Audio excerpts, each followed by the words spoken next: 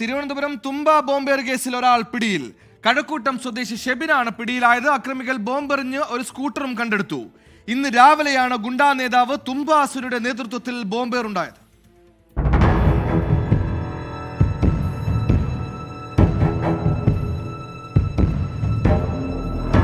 ബോംബെറിഞ്ഞ നാലംഗ സംഘത്തിലെ ഒരാളാണ് പിടിയിലായത്. പിടിയിലായ ഷെബിൻ നിരവധി കേസുകളിൽ പ്രതിയാണ്. പരിശോധനയ്ക്കിടെ ബോംബേറിനെത്തിയ സ്കൂട്ടറും നാടൻ ബോംബുകളും കണ്ടെടുത്തു. തുമ്പ കിൻഫ്രയ്ക്ക് സമീപം ആളില്ലാത്ത വീട്ടിൽ നിന്നാണ് 4 നാടൻ ബോംബുകളും ഒരു വെട്ടുകത്തിയും കണ്ടെടുത്തത്. തുമ്പ നെഹ്റു ജംഗ്ഷന് സമീപം ഇന്ന് രാവിലെയാണ് ബോംബേറുണ്ടായത്. 2 ബൈക്കുകളിലെത്തിയ 4 അംഗ സംഘം ബോംബെറിയുകയായിരുന്നു. ഗുണ്ടാ നേതാവ് തുമ്പ സുനിയുടെ നേതൃത്വത്തിലാണ് അക്രമം നടന്നതെന്ന് CCTV ദൃശ്യങ്ങൾ പരിശോധിച്ച് പോലീസ് സ്ഥിരീകരിച്ചു.